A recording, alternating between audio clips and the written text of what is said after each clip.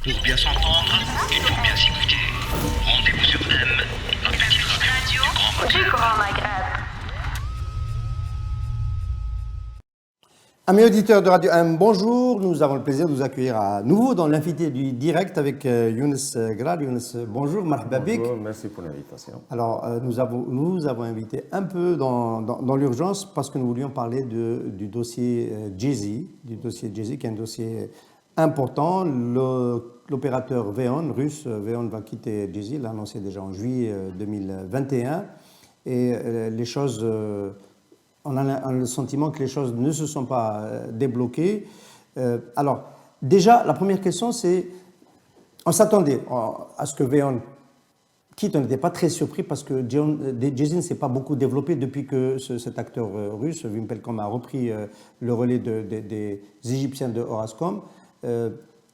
Comment vous expliquez que Jay-Z ne se soit pas développé alors que c'était le numéro 1 et le champion de la téléphonie dans les premières années? C'est vrai qu'on a remarqué qu'il y a un recul de Jay-Z sur le marché. Il perd des parts du marché, donc il a cédé même sa première place qu'il gardait depuis le lancement du GSM en Algérie. Donc il a perdu sa première place au profit de Mobilis, sans s'inquiéter, sans prendre les mesures qu'il faut. Donc on a l'impression qu'il est satisfait de ce qu'il a, ou bien qu'il est désintéressé par le marché algérien. Il n'y a pas eu d'investissement, il n'y a pas eu une agressivité dans le marketing comme le faisait Jay-Z depuis des années. Je pense que l'actionnaire russe, peut-être qu'il s'attendait à mieux et il a trouvé que le marché algérien était limité. On peut rappeler que la licence sur l'opération Jay-Z a été un peu dégradée quand même par les autorités algériennes avant même la transaction, puisqu'on l'a empêché d'accéder à la 3G, à l'Internet mobile. Les investissements d'équipement, de renouvellement des équipements. Etc. Donc, c'est vrai que Jay-Z a reçu un coup, mais on s'attendait à ce que, lorsque les Russes arrivent, qu'il y a une entente, parce que c'est des actionnaires algériens et russes. Normalement, Jay-Z devait reprendre ses parts de marché et aller d'une manière plus agressive, parce qu'il a l'expérience, il y a l'apport de l'opérateur russe qui a de l'expérience, etc. On s'attendait à ce que le Jay-Z confirme sa position de numéro 1 en Algérie et réfléchir à aller vers d'autres marchés. Malheureusement, ça n'a pas été le cas. Peut-être il y a eu des mésententes entre les gestionnaires, entre les actionnaires, parce que normalement c'est les Russes qui gèrent, mais peut-être qu'il y a eu des conflits. De ce qu'on sait, c'est que le Fonds national d'investissement est resté un actionnaire dormant. Hein. Dans le management, on n'a pas eu le sentiment qu'il était invasif et trop présent. Même sur les médias, on n'a pas remarqué la présence de Jay-Z, qui était, par rapport aux deux autres opérateurs, il n'est pas très actif. On a l'impression qu'il n'est pas très intéressé, ce qui confirme la position des Russes de quitter Jay-Z. Alors, au-delà du cas de Jay-Z, est-ce que le départ de VEON annoncé donc en juillet 2021 n'est pas aussi le signe qu'il y a un âge d'or de la téléphonie en Algérie qui est derrière nous et que ce marché n'est plus aussi attractif qu'il a pu l'être les années d'avant? En tous les cas, la téléphonie mobile, elle attire toujours des gens, des investisseurs à travers le monde. Ils font des chiffres. Nos voisins se sont déplacés vers des pays africains. Donc, il y a toujours des marchés à acquérir.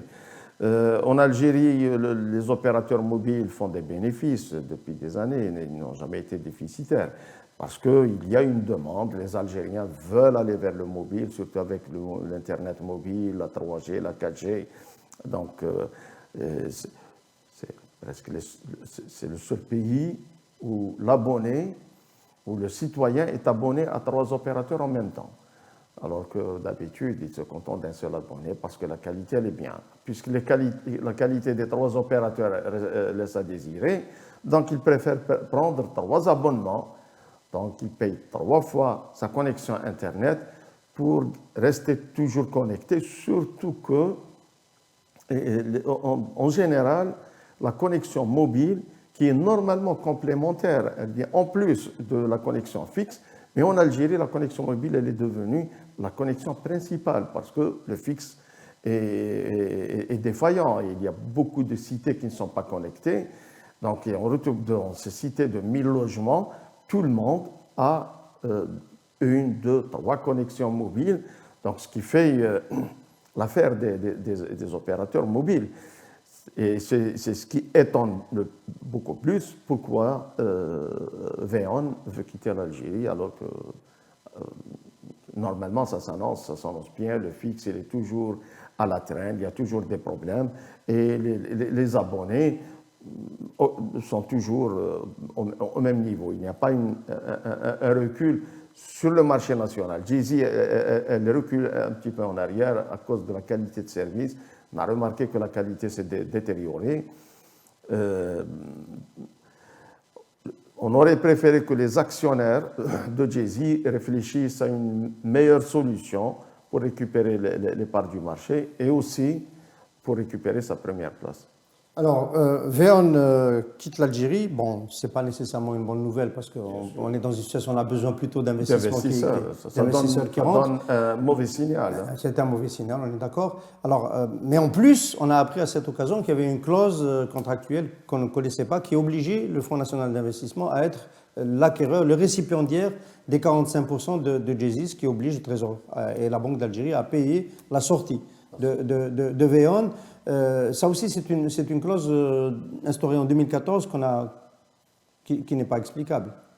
N'est pas explicable, surtout même dans le temps où l'Algérie a pris les... C'est en avril 2014.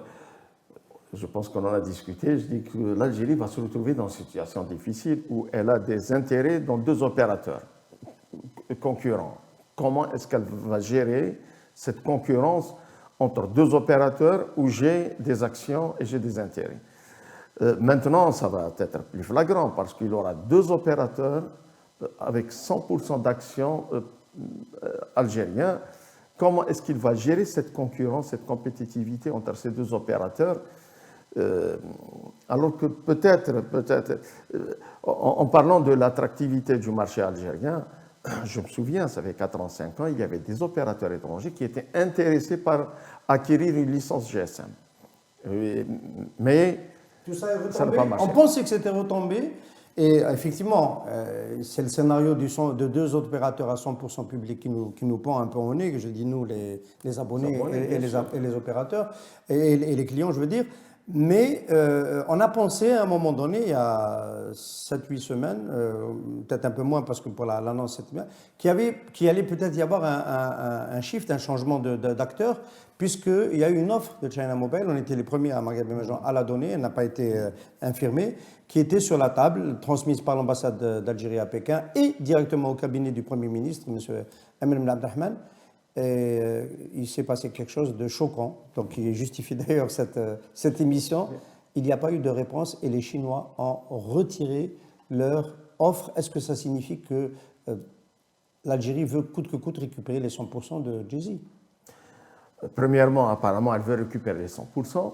Et deuxièmement, elle donne un signal que je ne veux pas d'investisseurs étrangers. Surtout avec China Mobile. Politiquement, les 2 gouvernements s'entendent très très bien. Il y a des accords de coopération, de collaboration, etc. Et économiquement, China Mobile, la Chine en général, elle est bien positionnée en tant qu'opérateur dans le domaine des télécommunications, en tant que fournisseur d'équipements de télécom, de technologie. Donc l'Algérie a beaucoup à gagner à s'associer avec les Chinois. Refuser, même le fait de ne pas répondre à une offre, ça donne une mauvaise impression. Si on se comporte de cette manière avec un opérateur chinois, que vont dire les opérateurs où il y a une certaine susceptibilité avec eux, des Européens, Français, Américains, etc. Donc ça donne un mauvais signal pour les investisseurs, même si on n'est pas d'accord. L'offre n'est pas intéressante, normalement, par correction, on doit répondre. Voilà, on accuse réception de votre offre, etc. Mais elle n'est pas très intéressante. On propose qu'il y ait une rélecture de cette offre, une autre proposition. Mais C'est d'autant plus surprenant que dans le contexte des contraintes sur la balance des paiements algériens, on a en principe le souci de ne pas décaisser et sortir des devises. On voit que on essaie d'éviter de dépenser 2 milliards de dollars par an pour l'importation de véhicules, alors que le parc roulant a besoin d'être renouvelé, que c'est un équipement, la voiture. Mais on est sur le point de débourser 1,5 voire 2 milliards. On ne sait pas que va donner l'arbitrage de cette transaction. C'est d'autant plus surprenant que, de ce que nous savons, nous, c'est que China Mobile avait proposé de mettre à disposition du gouvernement algérien le montant de la transaction, de sorte que l'Algérie n'ait pas à décaisser pour acheter les parts de vente, puis à faire payer China Mobile. C'est-à-dire que ça n'aurait rien coûté à la Banque d'Algérie. c'est l'idéal. C'est-à-dire que c'était un atout financier supplémentaire. Avoir déjà un investisseur dans le domaine, c'est China Mobile quand même, c'est pas n'importe qui. Et aussi, puisque c'est un opérateur qui a de l'expérience, c'est un pays qui est un géant des télécoms et des technologies. Donc on a tout à gagner. Et en plus, on ne débourse aucun dollar. Donc c'est extra. Surtout que je pense que le gouvernement aurait mieux fait de bien réfléchir à régler ce problème de l'opérateur mobile. C'était l'occasion. On avait China Mobile, c'est un opérateur étranger qui peut nous donner un plus, une autre dynamique. C'est nouveau. Et aussi peut-être, à mon avis, merger Mobilis et Djezzy, et on aura un opérateur local, national, avec une ouverture sur le capital étranger, qui va nous aider à mieux s'accaparer le marché national, qui est toujours où il y a des bénéfices, et aussi s'appuyer sur cet opérateur chinois pour aller conquérir des parts de marché dans les pays africains, asiatiques, etc. Est-ce qu'on peut imaginer que les autorités algériennes sont prudentes? Bon, elles n'ont pas répondu, donc on ne sait pas, mais c'est choquant, on est d'accord. Sont prudentes parce qu'il se dit de plus en plus qu'on a cédé le backbone algérien, toute l'infrastructure, aux opérateurs chinois, essentiellement Huawei. ZTE n'est pas au même niveau, mais essentiellement Huawei, et qu'il y a une croisade maintenant occidentale contre cette présence et cette on va dire, position dominante qui est en train de prendre Huawei dans la fourniture des équipements comme équipementier. Est-ce qu'on peut imaginer que le gouvernement algérien, pour des raisons à ce moment-là de souveraineté, entre guillemets, de contrôle de la data, etc., ne veut pas en plus ajouter dans le dernier étage de la fusée qui est celui de l'opérateur, ajouter aux Chinois? Et il faut reconnaître que les Chinois occupent déjà le marché algérien à travers les 3 opérateurs. C'est le fournisseur pour les 3 opérateurs mobiles et aussi pour l'opérateur fixe, soit pour la DSL, FTTH, etc. Les opérateurs chinois sont toujours présents. Il n'y a pas d'autres équipements. Donc, enfin, si, jusqu'à pas longtemps, il y en avait encore d'autres. Il y a essentiellement Ericsson, on doit les citer. Oui, parce que bien là, sûr, Ericsson, ZTE. Mais Huawei, il est en position de... C'est-à-dire Huawei et ZTE sont en position de force. Ils s'occupent plus de la moitié. Donc, le fait de dire on a peur que ces opérateurs nous volent nos données et nous espionnent, ce n'est pas une excuse. Le plus intéressant à faire, c'est qu'il faut mettre en place des structures et des clauses dans le cahier des charges pour obliger ces constructeurs et ces opérateurs à travailler dans la transparence devant des structures nationales de sécurité informatique pour avoir un œil sur toute l'architecture qui est installée, sur l'infrastructure, sur les données, comment elles sont véhiculées, où elles sont stockées, etc., pour s'assurer que nos données, les données des citoyens et des entreprises, n'atterrissent pas entre les mains des Chinois ou autres. Ce problème, il existe depuis toujours. Hein. On est sur les opérateurs mobiles et c'est les Chinois ou bien les Suédois qui ont les équipements. Donc il faut s'assurer que ces équipements sont installés pour faire transférer des données et qu'il n'y a pas un dépôt de données quelque part pour les utiliser pour autre chose. Donc le risque, il existe toujours. Et il fallait qu'il y ait en face de ces opérateurs des Algériens, que ce soit de l'autorité de régulation, des services de sécurité, du ministère des PTT, pour les obliger à respecter les clauses des cahiers des charges, à avoir un œil sur tous les équipements, sur toutes les solutions qui sont installées, pour leur dire, voilà, vous êtes hébergés ici en Algérie, donc on a droit de regard sur tous les circuits, sur toute l'infrastructure que vous installez, pour s'assurer que nos données sont sécurisées et qu'elles ne sont pas stockées quelque part pour être exploitées pour autre chose. Autre lecture possible, on est confiné aux spéculations. Nous autres journalistes, on essaie de décrypter ce qui s'est passé. Autre explication possible pour cette surprenante fin de non-recevoir algérienne, on rappelle, pas de réponse après 6 semaines et retrait de l'offre chinoise, ce serait le fait que peut-être il y a une autre offre qui aurait le soutien de la partie la plus puissante du système en Algérie. On parle d'une offre saoudienne.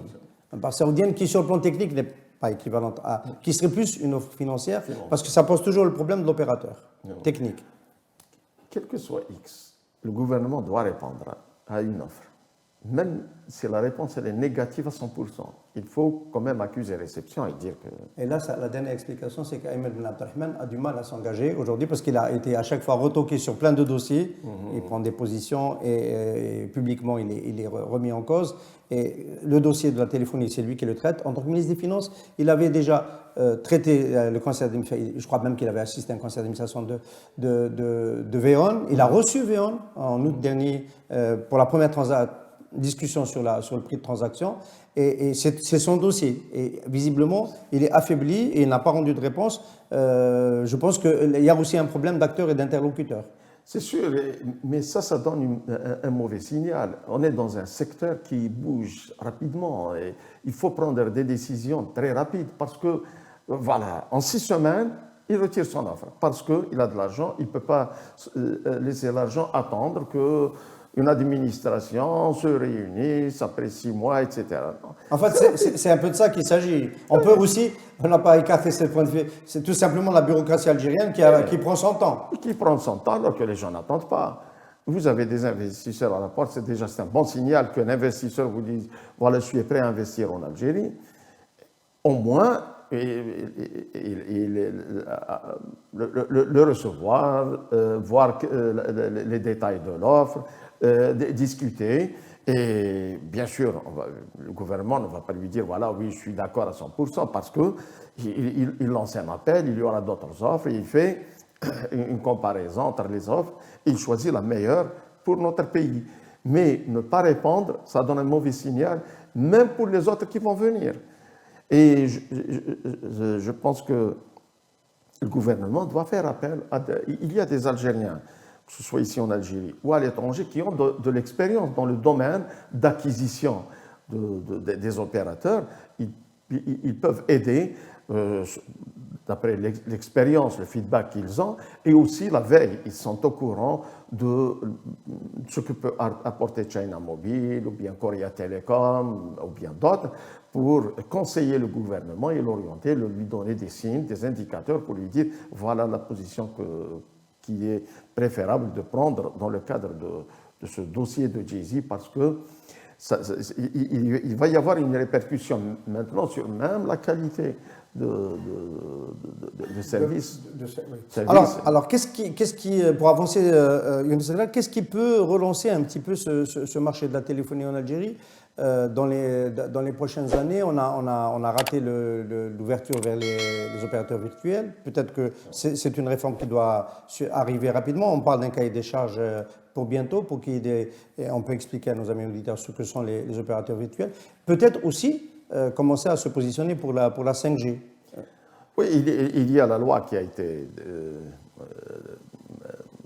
promulguée, ça fait 3 ans, 4 ans, qui donne le cadre juridique pour lancer les opérateurs virtuels. Un opérateur virtuel, il ne fait pas d'investissement sur les équipements, donc il exploite les équipements des opérateurs existants, mais il offre des services différents, donc plus attractifs. Donc ça aide les abonnés algériens à avoir d'autres offres de services, d'opérateurs qui, sur la vitrine, apparaissent qu'ils sont indépendants, qu'ils ont leur infrastructure, alors qu'ils n'ont pas d'infrastructure. Il l'a loué chez les opérateurs. Donc ça l'aide parce qu'il n'y a pas d'investissement lourd, donc ça lui permet de faire... Et tout le monde est gagnant, parce que les opérateurs, disons, classiques, ont des difficultés à aller sur certaines villes, villages, etc. Les opérateurs virtuels peuvent faire ce pas et proposer des offres intéressantes. Je sais qu'il y a des gens qui sont intéressés, mais le même problème, ça traîne. Donc, plus ça traîne, plus les gens vont se désister, et peut-être même cette technologie, elle va disparaître, elle ne sera plus d'actualité. Il n'y aura plus d'opérateurs virtuels lorsqu'on va dire, voilà, on est prêt. Ça y est, on va trouver personne qui serait intéressé. Il faut aller très vite, c'est des technologies qui vont à une vitesse très rapide. La preuve, vous vous souvenez, on discutait de la 3G, ça fait quelques années, où on traînait, il fallait batailler pour convaincre le gouvernement. Surtout du pronostic de 1 million d'abonnés au bout de 6 mois que vous aviez pris sur le plateau de Radio M, alors que Mme Derdouri, ministre des PTIC à l'époque, était très sceptique sur le lancement Parce de la 3G. qu'ils ne connaissent pas le marché. La preuve, voilà, on montre que le marché, il est très attractif. Les Algériens veulent aller sur les technologies, ils veulent être connectés, ils veulent aller sur les réseaux sociaux, etc. Donc, c'est un marché très prometteur, donc il faut en profiter. Sinon, on va rater le virage et on va se retrouver avec des opérateurs défaillants. La preuve, Jay-Z qui se retire, demain peut-être d'autres. C'est pas intéressant.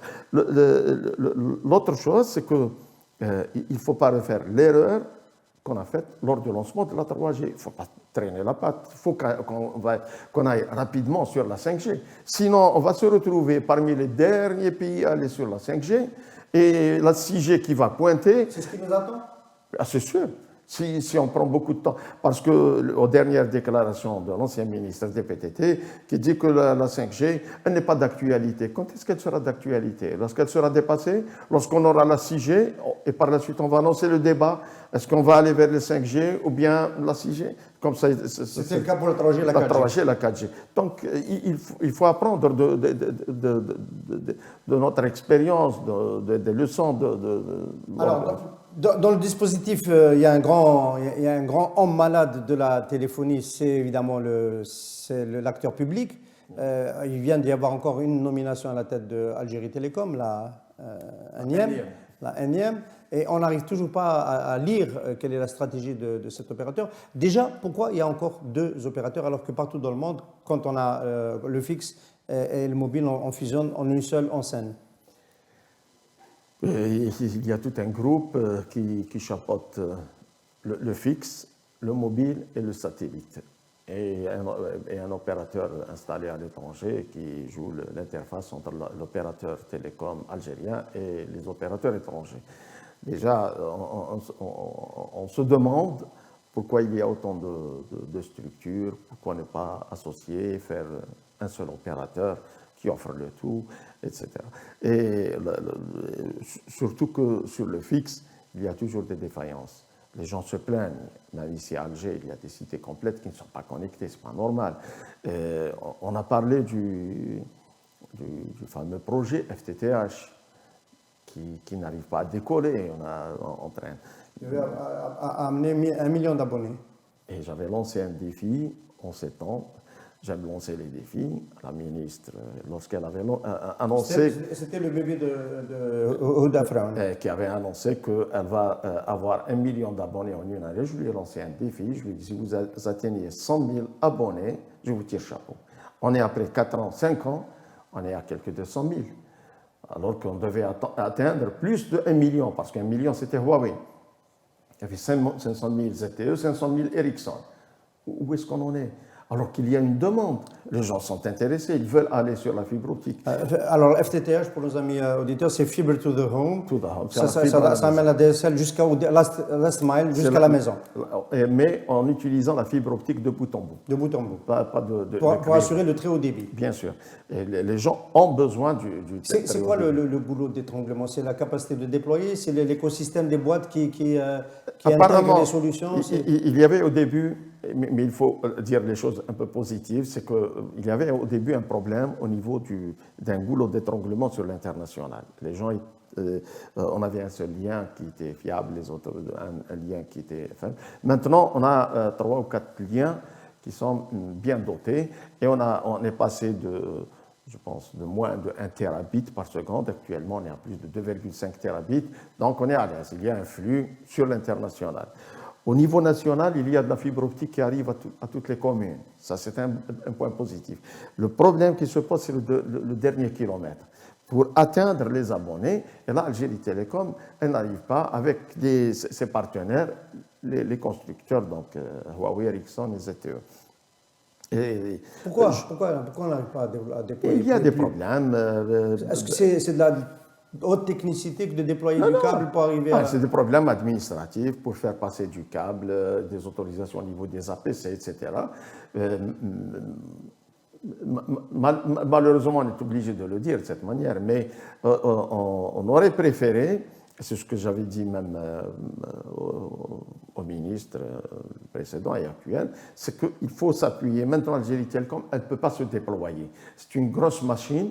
Il vaut mieux s'associer à ce que j'appelle des opérateurs de quartier. C'est des petites entreprises qui sont très flexibles, très rapides, etc. Et ces entreprises vont s'occuper du dernier kilomètre en tant que partenaires, donc des revendeurs, des distributeurs. Et si en tant qu'abonné, au niveau de la cité où je vis, on est par exemple 1000 logements, ça veut dire que 1000 abonnés.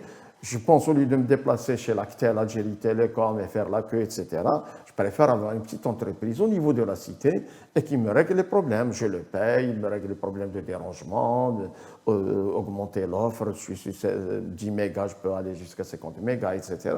Donc, c'est plus intéressant pour l'abonné parce que l'opérateur, il est proche. Et aussi, c'est plus intéressant pour Algérie Télécom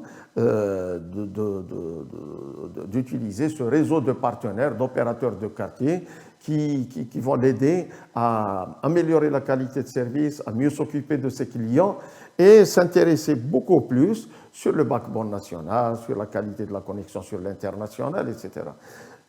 Si on arrive à faire ça, surtout qu'il y a une forte demande, on est à 3 millions, même pas 4 millions, alors que je pense que le marché algérien, il est à plus de 6-7 millions d'abonnés. Donc, FTTH, 3 millions fixes. En FTTH, on est à 150 000, ou même pas. Donc, il y a une forte demande en fibre optique. Il faut que ça soit pris en charge. Surtout qu'on est en train de parler de numérisation, de services électroniques. Peut augmenter. Bien sûr, si on veut faire du... On ne regarde même pas la télévision par le câble, donc il y a tout un pan de consommation qui n'est pas... On parle de e-learning, on parle de e-santé, de la télémédecine, etc.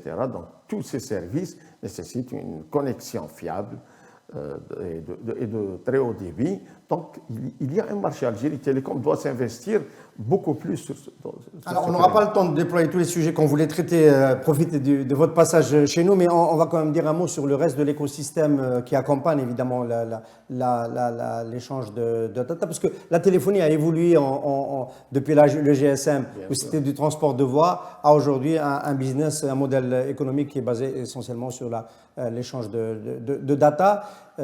Et on reproche l'Algérie, on a quand même ce sentiment que nous sommes de très forts importateurs de data et qu'on rate aussi la possibilité de faire là aussi de la substitution de l'importation de guillemets en fixant une partie des flux en Algérie. Et grâce aux data centers, les data centers ne se développent pas. Oui. Et c'est une condition nécessaire pour le développement du numérique. On importe les équipements et les technologies. On peut accepter ça parce qu'on est en retard, on est des consommateurs de ces technologies, mais il est inacceptable que des étrangers viennent nous confectionner nos systèmes d'information, nos bases de données. Et surtout que ces bases de données, puisqu'on n'a pas des serveurs et des data centers en Algérie, on va les héberger à l'étranger avec tout le risque qu'il y a donc qui touche à la sécurité informatique, sécurité des données et sécurité du pays.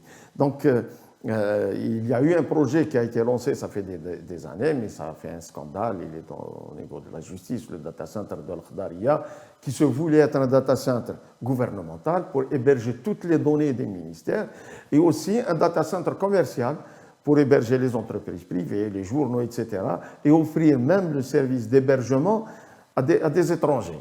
Malheureusement, qu'est-ce qui s'est passé? Il a été il est à la traîne. Surévalué. Je pense qu'il a été surévalué, et puisqu'il est au niveau de la justice, donc l'administration... Mais les privés aussi peuvent faire des data Bien centers. sûr, Il y en a qui en ont fait déjà. Oui, il y a certains privés qui le font. Mais le gros doit être fait par l'État, parce que c'est des investissements très très lourds. Un data center gouvernemental, c'est des marchés en millions de dollars, hein, ce que ne peut pas faire et ne peut pas prendre le risque. Un opérateur privé ne peut pas prendre le risque Parce de faire qu'en tout un plus, il faut investissement. ensuite aller chercher les clients qui choisissent d'héberger. Les autorisations et aussi être compétitif. Comment être compétitif si la connexion Internet, je la paye très cher? Si les équipements que j'importe, je suis taxé très fort. Et c'est les contradictions qu'on retrouve au niveau du gouvernement. Lorsqu'on parle de numérisation et on augmente les taxes de matériel informatique et des serveurs et des équipements, il y a contradiction, il y a quelque chose qui ne va pas. Donc il faut qu'on soit logique dans notre raisonnement. Si on veut que la numérisation se développe, il faut que l'accès aux équipements informatiques soit facilité, que ce soit pour les entreprises, les administrations, etc., que ce soit les particuliers. Donc, réduire les taxes, parce qu'on va retrouver par la suite, on va récupérer ce qu'on a investi à travers limiter l'utilisation du papier, les déplacements. Et on a remarqué avec la pandémie qu'on pouvait faire beaucoup de choses grâce au numérique. On peut faire des réunions à distance. Ce n'est pas la peine de se déplacer, prendre en charge l'hôtel, l'hébergement, etc. On peut étudier à distance. Donc, on peut faire de la maintenance, on peut faire de la télémédecine. Il y a beaucoup de... Et bien sûr, le commerce électronique qui peut absorber une bonne partie du marché informel. Donc, le numérique ne peut être que bénéfique. C'est une solution pour tout ce qu'on vit dans les différents domaines. Alors, on va terminer sur cet aspect parce qu'on est obligé de vous libérer, Younes Gral. Vous conseillez le ministre des startups. Le gouvernement a mis en priorité les startups, tant mieux, il était temps.